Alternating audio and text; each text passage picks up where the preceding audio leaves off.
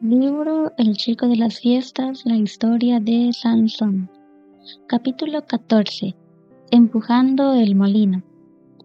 Miguel de Cervantes Saavedra escribió Don Quijote de la Mancha en 1605.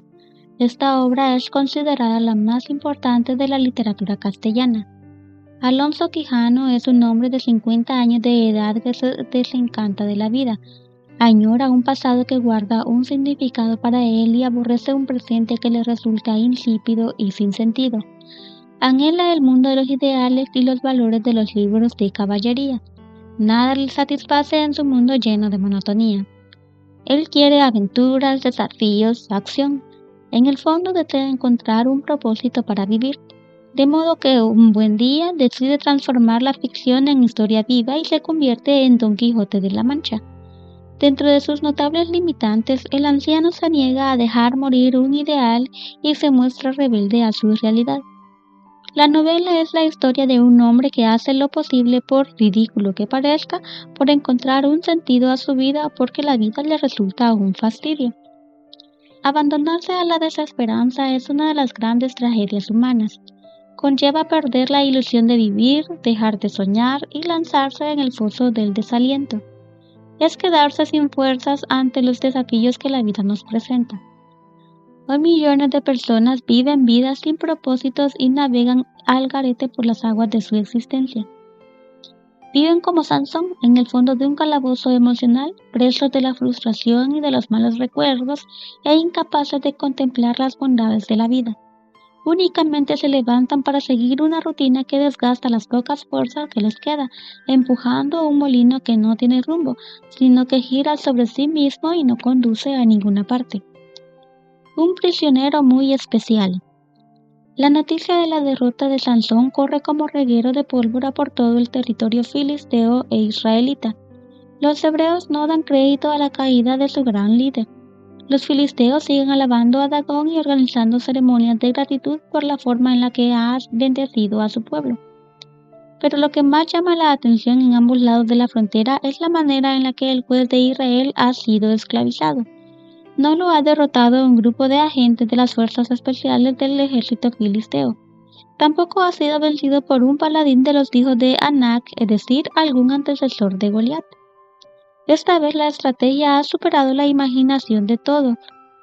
Ha sido aniquilado en la arena emocional del corazón. El nombre de Dalila se vuelve muy famoso. Muchas chicas quieren conocerla e imitar sus actitudes para dominar a los varones. Para los filisteos es toda una diva que ha logrado someter al mayor peligro para su pueblo en los últimos años. En cambio, entre los hebreos reina una enorme tristeza, además de una marcada incertidumbre en cuanto a su devenir. ¿Acaso los filisteos arremeterán contra ellos ahora que no tienen quien los defienda? ¿Se vengarán de 20 años de humillaciones cargándoles la mano? Todo el mundo se entera de la historia del origen de la fuerza de Sansón, de su nazareato y de su misión como libertador de Israel. Por todas las aldeas se cuentan varias versiones de cómo le gustaban las mujeres y de cómo una de ellas resultó ser su ruina. También se habla de cómo lo sacudieron a golpes, le sacaron los ojos y lo arrastraron como un animal hacia el sur del país. El príncipe de Gaza está feliz de ser él quien se encargue del castigo para el gran enemigo de su pueblo. Nunca olvidará cómo Sansón arrancó las puertas de la ciudad humillando a sus autoridades y a su población de una manera tan evidente. Por esa razón sabe que no se puede andar con ningún tipo de contemplaciones con este hombre. Así que decide dar al prisionero un castigo ejemplar. Será obligado a empujar un molino y triturar grano en una cárcel de alta seguridad. Moler un molino era el trabajo más duro y más denigrante en la labor de los esclavos. De ahora en adelante, esa será su principal actividad.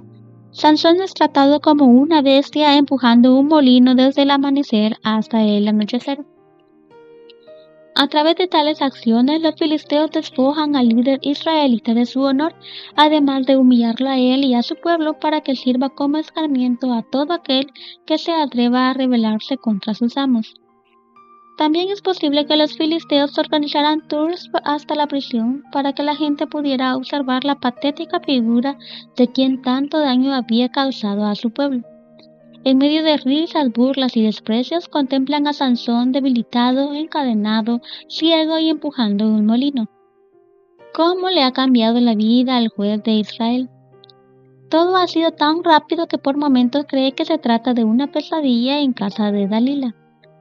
Es como si todo fuera un mal sueño mientras ella le acaricia las trenzas sobre sus rodillas. Pero no, todo es verdad. Todo su mundo se derrumba de la noche a la mañana. De la noche a la mañana, este hombre es transformado de uno cuya vida es gobernada por la vista y cuyas acciones se determinan por aquello que agrada a sus ojos, en un invidente a quien le han sacado los ojos. De la noche a la mañana, una vida de vaivenes que tanto le agrada se torna en una vida de esclavitud y encarcelamiento. De la noche a la mañana, la persona que ha pasado su vida insultando y humillando a otros llega a ser objeto de la humillación de estos. De la noche a la mañana, un hombre con el más elevado llamamiento que se pueda concebir, el agente divinamente comisionado para liberar a Israel, es arrojado a la más baja posición inimaginable, moler harina en la prisión. Ahora Sansón es un personaje cuya vitalidad se ha esfumado y aparece sin fuerza, sin libertad, sin dignidad y sin Dios. En este punto de la historia aparecen tres realidades. A. Israel todavía permanece bajo el yugo de los filisteos. B. Su juez es ahora una patética e indefensa criatura. C. La artimaña ha triunfado sobre la fuerza dada por Dios. ¿Qué sucederá con el plan divino? ¿Acaso está destinado a fracasar? La absurdidad de vivir. Ahora la vida de Sansón se reduce a una absurda monotonía, empujar un molino en medio de la oscuridad. Ya no hay ilusiones, anhelos ni sueños, solo la inercia de una existencia que ya no tiene ningún sentido. Únicamente le quedan amargos recuerdos y lamentos por todo lo que ha perdido.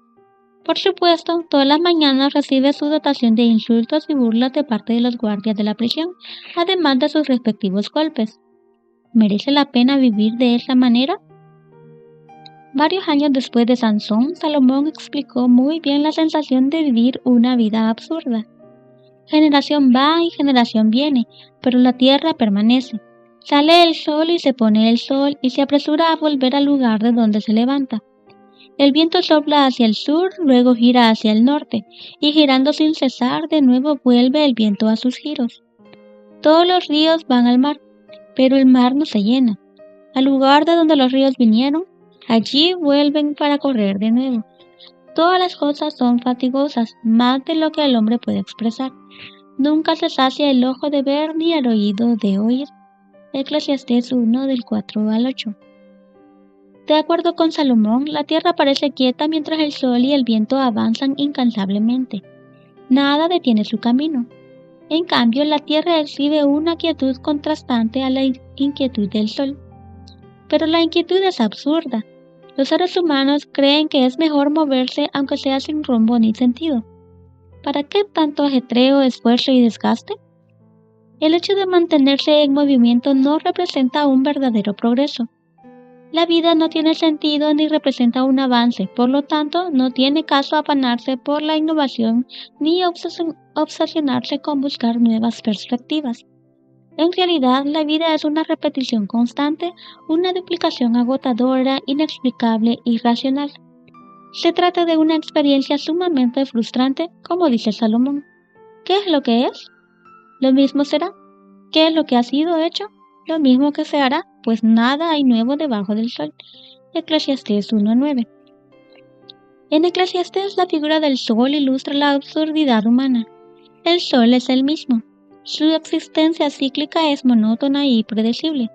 Todos saben a dónde irá y por dónde regresará. Aunque se moleste, su destino está marcado. Sus giros marean, fastidian, frustran.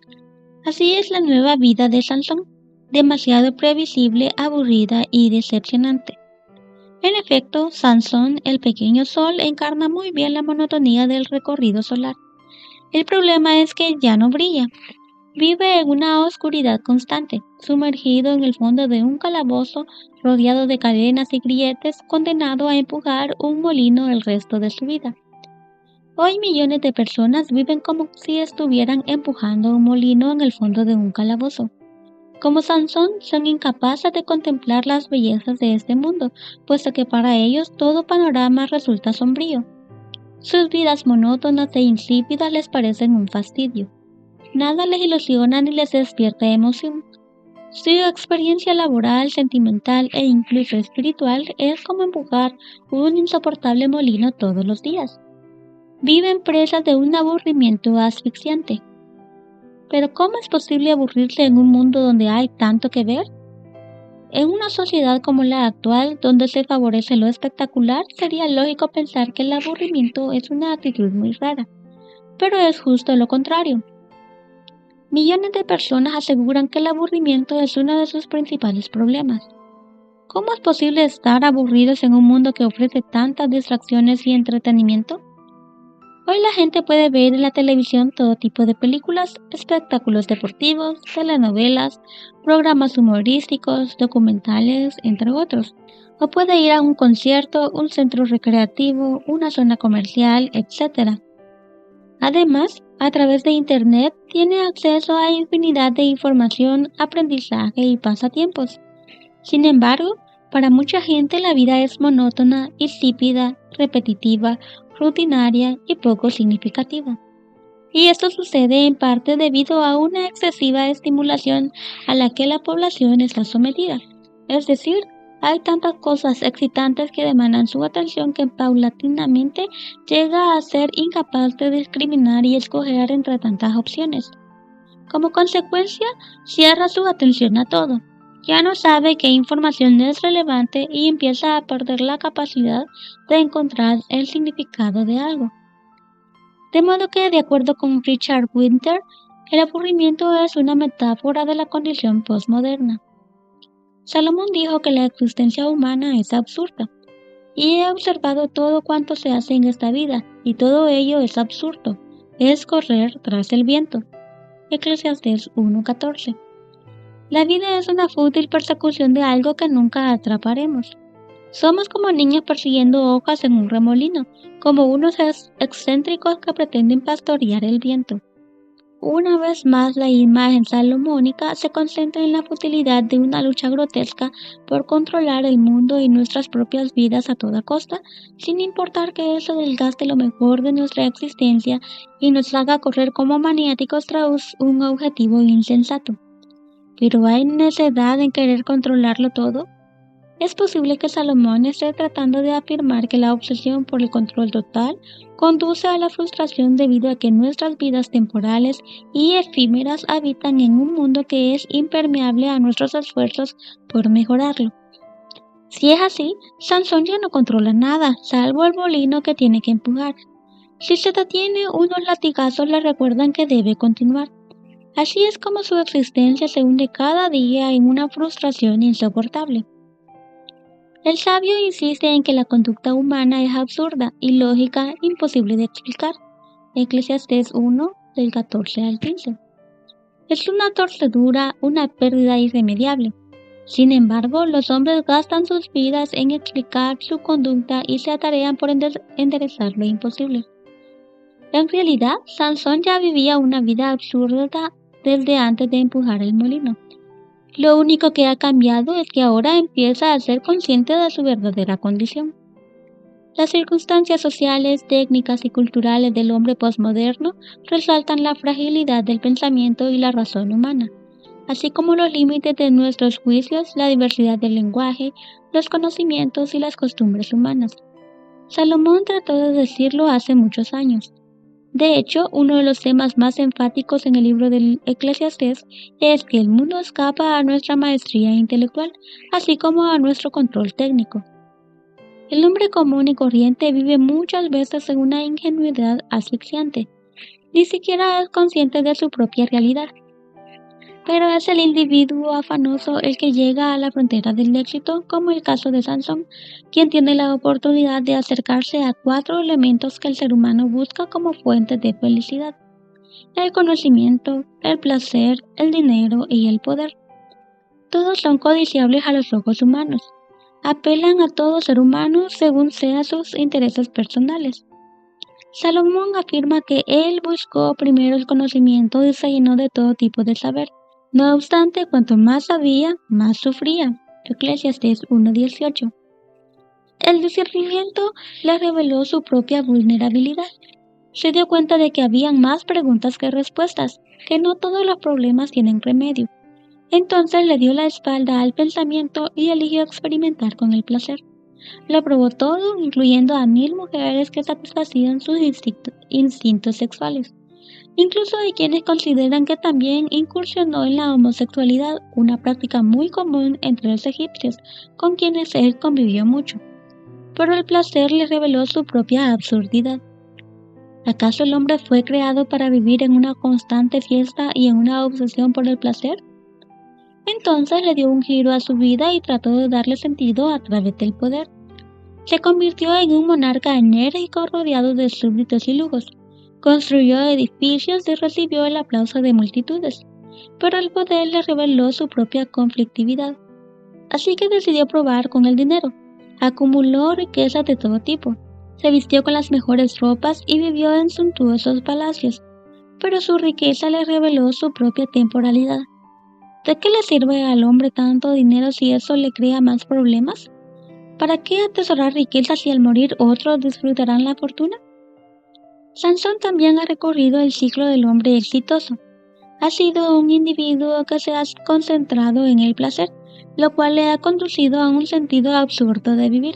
Ha disfrutado de las mieles del poder con esa fuerza extraordinaria con la que fue dotado, la cual ha consolidado la conflictividad en su existencia. Ha tenido un buen sueldo y una vida holgada como juez de Israel, lo cual será un elemento temporal de su existencia. Y finalmente, el conocimiento, tanto de su propia ingenuidad como de la astucia de Dalila y los filisteos, le ha revelado su vulnerabilidad. Tiempo para mirarse a sí mismo. María Zambrano dice que la expresión del sentir y de la trágica condición humana es el nacimiento del orden y el punto hacia la civilidad. La conciencia de la realidad no nace hasta que el ser humano se sumerge dentro de sí mismo y percibe su miseria, orfandad e infortunio. Una condición que lo acerca a la tragedia de la existencia y lo obliga a hablar de su verdadera situación. Y así, hablando utilizando una de las grandes armas de la inteligencia, a saber, el lenguaje, logra encontrar espacios de orden para construir una dialéctica. La ceguera figurativa de Sansón ante su verdadera condición y la manera de ignorar los mandatos divinos ahora se ha hecho literal. Así como no podía mirar las consecuencias de sus malas decisiones a la hora de organizar su vida, particularmente en la cuestión sentimental, ahora está físicamente ciego. Sí, ha sido incapaz de leer su propia realidad. Ha confundido a los malos con los buenos y a los buenos con los malos. Ha ignorado el consejo de los sabios y ha seguido las recomendaciones de los insensatos. Ha buscado los placeres carnales en vez de consolidar su vida espiritual. Ha valorado más el aspecto físico de las mujeres en lugar de ponderar su carácter. No ha logrado detectar las evidentes traiciones de quienes él ha considerado sus grandes amores. En el molino, ciego y sin fuerzas, Sansón por fin tiene tiempo de mirarse a sí mismo. Ya no está entretenido con las fiestas nocturnas, la belleza de las chicas, ni las constantes aventuras para molestar a sus rivales. Ahora está solo. No hay frenesí que lo distraiga. No le queda más que reflexionar, hablar consigo mismo y ordenar su mente, algo que no ha sido muy común a lo largo de su vida. Ahora tiene tiempo para recordar cómo su propia lujuria lo ha enceguecido. ¿Acaso la mejor forma de protegerlo de su incapacidad de gestionar sus ojos es quitándole la vista para que deje de contemplar vanidades? En medio de una situación trágica, este es un buen espacio para aprender importantes lecciones de vida. Dura forma de aprender, pero al final muy eficaz. En el sufrimiento y la humillación, mientras era juguete de los filisteos, Sansón aprendió más que nunca antes acerca de sus debilidades, y sus aflicciones lo llevaron al arrepentimiento. El paso de los días en el calabozo le ayuda a darse cuenta de todo lo que ha perdido y de cómo ha desaprovechado tantas oportunidades que ha tenido. Entonces reconoce su enorme ineptitud para gestionar sus apetitos. A lo largo de su existencia se ha deleitado en las pasiones de la carne y ha cedido a sus gustos. Sus pasiones han gobernado su vida. Como si estuviera observando una película, puede contemplar las diversas escenas de su infancia y juventud, siempre haciendo su voluntad y manipulando a sus seres queridos. Ha sido un hombre para su tiempo, su vida ha sido un resumen de una época ingobernable. En aquellos días no había rey en Israel y cada cual hacía lo que bien le parecía. Jueces 17:6.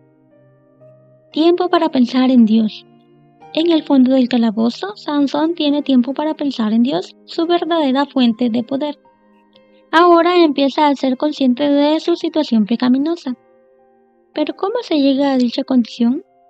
Una de las funciones más importantes del Espíritu Santo es convencernos del pecado, es decir, de nuestra penosa situación espiritual.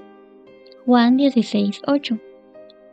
Es así como el ser humano es impresionado por Dios y motivado a abrir su corazón al Señor a través del arrepentimiento. Esta palabra es una traducción del hebreo neikam, sentir, pensar, arrepentirse. Su equivalente en griego es metanueo, cambiar de parecer, sentir remordimiento, arrepentirse. En ambos idiomas el término expresa tristeza por el pecado. Mateo 21, 29 y 32. Pero también puede significar un cambio de actitud. 2 Corintios 7:8. Por lo tanto, el arrepentimiento es el acto de abandonar el pecado, aceptar el gratuito don de Dios de la salvación e iniciar el compañerismo con Dios. Conlleva un cambio de actitud respecto a Dios, a nosotros mismos, al pecado y la justicia. De modo que el individuo percibe la perfecta justicia del Señor y la condición perdida del ser humano. El arrepentimiento verdadero induce al hombre a reconocer su propia maldad sin engaño ni hipocresía. Implica sentir pena por el pecado, Joel 2, 12 y 13, y apartarse de él, 1 Tesalonicenses 1:9. No tanto por el acto en sí mismo, sino por la condición que rodea a la humanidad. Por eso, el arrepentimiento muestra dos realidades, la santidad de Dios y el egoísmo humano.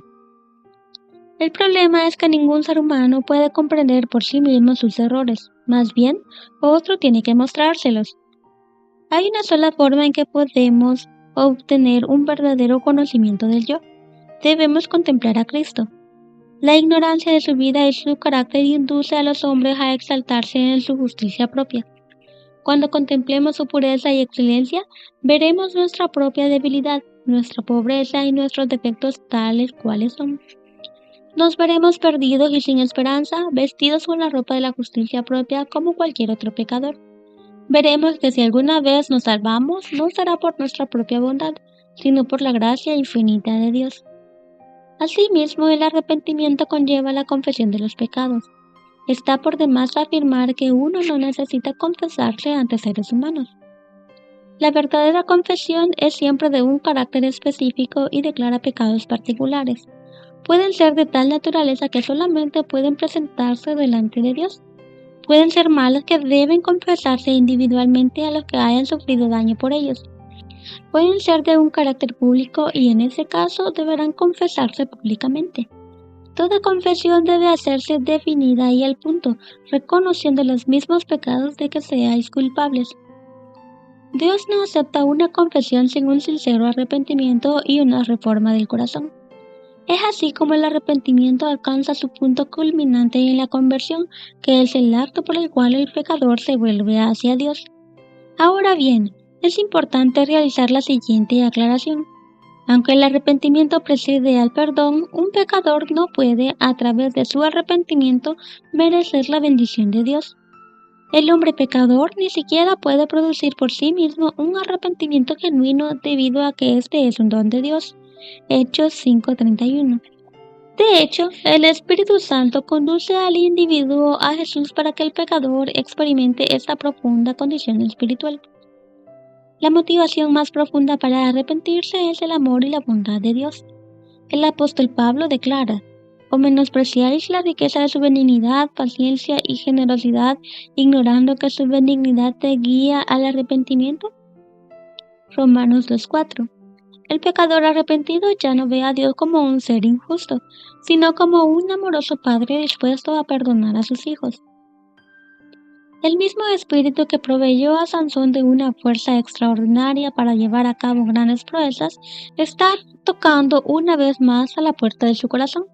Sí, aquel gran amigo que nunca lo ha decepcionado está de nuevo a su lado. Esta vez lo está convenciendo de sus grandes errores, del amor perdonador del Padre Celestial y de la seguridad de la salvación que se desprende de su palabra. Juan 16:8. Sansón empieza a contemplar una faceta desconocida del Dios a quien supuestamente ha servido. Nunca había considerado el profundo amor del que ha sido objeto. Poco a poco, el orgullo de su corazón comienza a desmoronarse.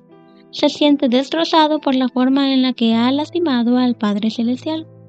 Entonces implora el perdón divino, y allí, en el fondo del calabozo, ciego, solo y despreciado por todos, se siente el hombre más feliz del mundo. Una señal de esperanza.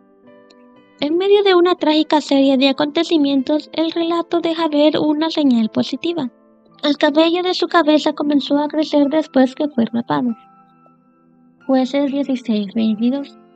Esta es una manera de afirmar que no todo está perdido, que la historia aún no ha concluido, que lo mejor está por venir. El autor del libro de los jueces utiliza el verbo comenzar a lo largo de la historia de Sansón en momentos claves. En ocasión de la promesa del ángel a la madre de Sansón, cuando le dice que el chico comenzaría a salvar a Israel de manos de los filisteos. Cuando afirma que el Espíritu del Señor comenzó a manifestarse en él. Cuando Dalila comenzó a afligirlo después de que fue rapado. Y ahora, en el momento más dramático, inserta de nuevo el verbo en el versículo 22, pero esta vez para dar a los lectores un atisbo de esperanza. El crecimiento del cabello no significa que los poderes extraordinarios de Sansón han regresado porque había un elemento mágico en ellos o algo por el estilo. Más bien es una forma de expresar que el líder hebreo está renovando su consagración a Dios. Su arrepentimiento ha sido genuino.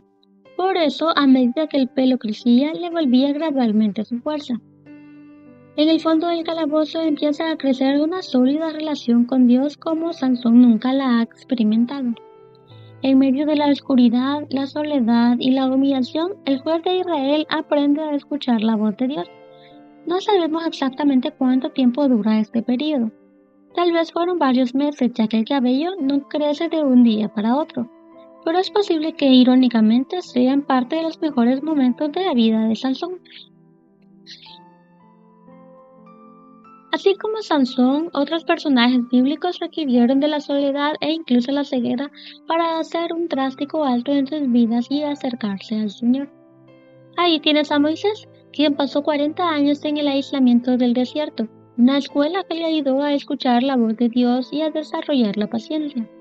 También está Jonás, quien estuvo 3 días en el vientre de un gran pez, tiempo necesario para despertar el arrepentimiento en su corazón y reconsiderar su actitud hacia la misión que Dios le había encomendado. Por supuesto, el apóstol Pablo se quedó ciego después de su encuentro con el Señor en el camino a Damasco, tiempo que lo motivó a reflexionar en su condición espiritual y redefinir su futuro. Pero ahora la vida espiritual de Sansón ha sido renovada. Ha hecho las paces con Dios. La nueva melena del juez de Israel no despierta mayores sospechas en los filisteos, quienes consideran que su rival está acabado. Lo cierto es que el Espíritu del Señor está una vez más con él. La fuerza extraordinaria ha regresado. Pero un momento, aún está ciego. Así que a pesar de contar con facultades físicas sobrenaturales, se encuentra seriamente limitado como para escapar de la prisión y organizar una revuelta para acabar de una vez por todas con los enemigos de su pueblo. Por eso prefiere pensar muy bien en lo que va a hacer. Es mejor que nadie se dé cuenta de que ha vuelto a ser el hombre más fuerte del mundo. Tiene que fingir cansancio y debilidad como ha experimentado la mayor parte de su tiempo en el calabozo. Hay que permanecer en silencio, con rostro inclinado ante los insultos y los azotes que de vez en cuando recibe de sus custodios. Sabe muy bien que su vida nunca volverá a ser la misma, de modo que tiene que aprovechar la fuerza de la mejor manera. Esta vez no la utilizará para fanfarronear o de ridiculizar a los filisteos. Ya no puede andarse con bromas ni chanzas. Es tiempo de dar un golpe definitivo. no se irá de este mundo sin cumplir la misión que Dios le ha encomendado. El plan empieza a tomar forma en la cabeza de Sansón. Los filisteos no se imaginan lo que el juez de Israel les tiene preparado.